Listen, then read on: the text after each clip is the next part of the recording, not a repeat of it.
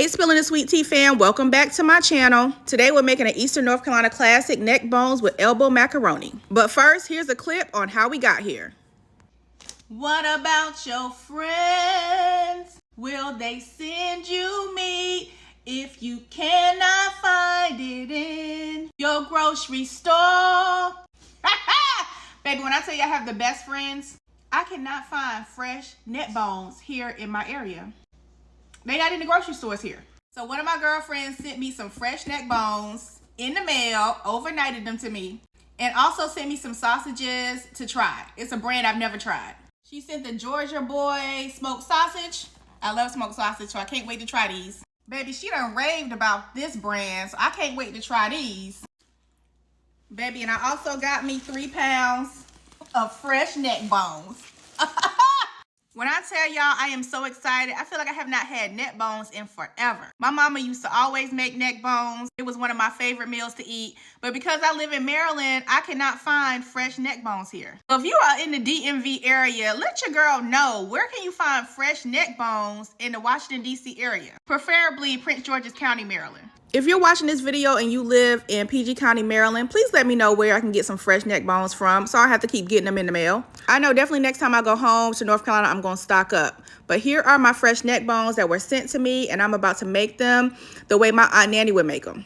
Now, baby, I got my moo-moo on, so you already know I mean country cooking business. When my mama would come home after church and she would put her moo-moo on, baby, she would cook the best Sunday dinner. So since I wanted a taste of home, I decided to make these smothered neck bones with some macaroni noodles in it. My Aunt Nanny would make her neck bones this way. My mother would always smother her neck bones down and make a gravy and serve them over rice. But anytime I went to my Aunt Nanny house, baby, she had neck bones smothered down with the elbows in the pot. So what I'm doing here, I just cut up an onion. I'm just going to put a whole onion in the pot to cook down with my neck bones. Baby, look at this. This is the foolishness you get on YouTube. I'm in here playing and then drop the onion. These fresh neck bones were so pretty. I made sure I cleaned them really good. And all I'm going to do to season them is add a little bit of salt. I'm adding chicken broth, so I don't want to put too much salt in there. Baby, I need to get me another thing of black pepper. What is going on here? This bottle is raggedy as hell. But look, you just want to add you lots of black pepper. And then I added some onion powder. I normally really don't add onion powder to my food. I normally do garlic powder. But the Holy Spirit just told me to add some onion powder. And then, of course, my garlic powder. I normally use the roasted garlic powder, the Badia brand, but I was out, so I had to use regular garlic powder. I then added some crushed red pepper flakes, just a little bit, just to kick up the flavor a little bit. Add a little heat. Anytime I'm boiling meat, like I said, I add some fresh garlic cloves and I add that fresh onion to cook down with my neck bones. I am using chicken broth. I think when my Aunt Nanny makes hers, she just uses water, but I'm trying to enhance the flavor, so I'm going to use a box of chicken broth. And I'm pouring my chicken broth on the side of my pot so I don't like rinse off all the seasonings on my neck bones. So I just used 1 box of chicken broth.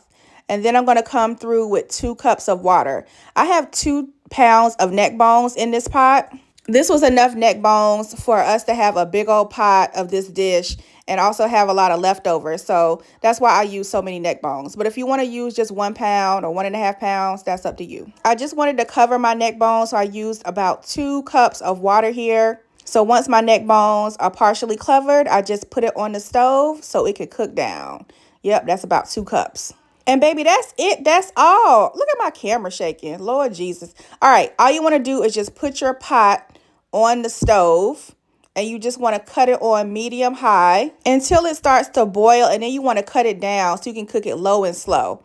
This is what my neck bones is looking like, seasoned up in my pot with that whole onion and garlic in there. I'm just going to cover them and let them cook. You just want to keep checking on them and let them cook down until they're nice and tender. I want to say it took about 2 hours for my neck bones to cook down. Once you have a good simmer or a boil like you see here, cut them down so they can cook nice and slow. Just keep checking on them every now and then. I always just poke mine with a fork to check to see if they're tender enough. Nope. Got to let them keep cooking. This meal is so good to cook on a cold winter day. I was recently on a road trip, and because I had a couple hours in the car and I had time to talk to some of my folks, I gave a call to my Aunt Nanny to check in on her and see how she was doing. My Aunt Nanny is my mother's only sibling that is still with us. So when I called her to tell her I was expecting some fresh neck bones in the mail, she reminded me that she makes her neck bones with the elbow macaroni. When I tell you, after I had that conversation with her, she unlocked a core childhood memory for me, because I then remember going to her house and enjoying this meal while I was there. Once your neck bones are nice and tender, remove the onion and then add 2 cups of elbow macaroni. Give it a good stir and then allow the macaroni noodles to cook in that delicious broth and in those neck bones. My neck bones were literally falling off the bone and were really, really tender. While my elbow macaroni was cooking down in my neck bones, of course I had to fry me up a couple hush puppies, because that's just the Eastern North Carolina way. Baby, look how good my hush puppies look. Baby, I love me some hush puppies. I definitely prefer hush puppies over baked cornbread. But of course I eat them both. To thicken up my broth, I just added a cornstarch slurry. To make the cornstarch slurry, I just added 1 heaping tablespoon of cornstarch and 2 tablespoons of water and mixed it really well. And then mixed it all up until my broth was thickened. And baby, this is what we're looking like. Oh my God. When I tell you, this was smelling so good in my house. My husband has never had this dish, so I wanted to make it for him so he could try it. My husband, Kevin, was born in Jamaica and he grew up in the Bronx. So he grew up eating a lot of oxtails. I never had oxtails growing up in North Carolina. We always had neck bones. So he was so excited to try these neck bones. He's definitely a meat and potatoes kind of guy, so he loves any type of meat. And he really enjoyed this dish. When I tell y'all this was so good, oh man, this dish was amazing. The bones on my neck bones were simply falling apart. You don't have to cook your neck bones as long as I did. Mine were extremely tender. If you need more Southern recipes, grab my cookbook, Memories on a Plate, Southern Recipes I Learned from My Mama. The cookbook has 50 recipes that include appetizers, side dishes, entrees, desserts, as well as breads. My hush puppy recipe is in the cookbook, and the trick that my Aunt Nanny taught me on how to make perfectly round hush puppies. So go and grab your copy. In Eastern North Carolina, baby, we eat a lot of dishes with a baked sweet potato. So I just baked a sweet potato to have on the side. I threw a couple hush puppies on the plate, because when I tell you, these hush puppies tasted like pillows of heaven.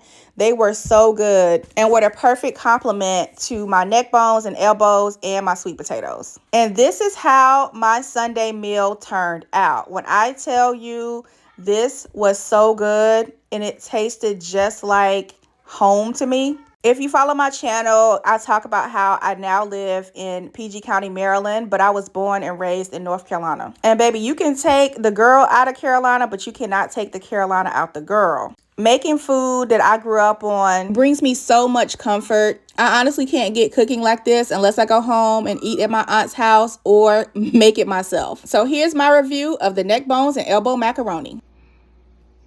When I think of home, I think of a place where there's neck bones and elbow macaroni. All right, y'all. Let's see if these neck bones and macaroni elbows is just as good as my Aunt Nanny makes it. Smells good. Let's taste test.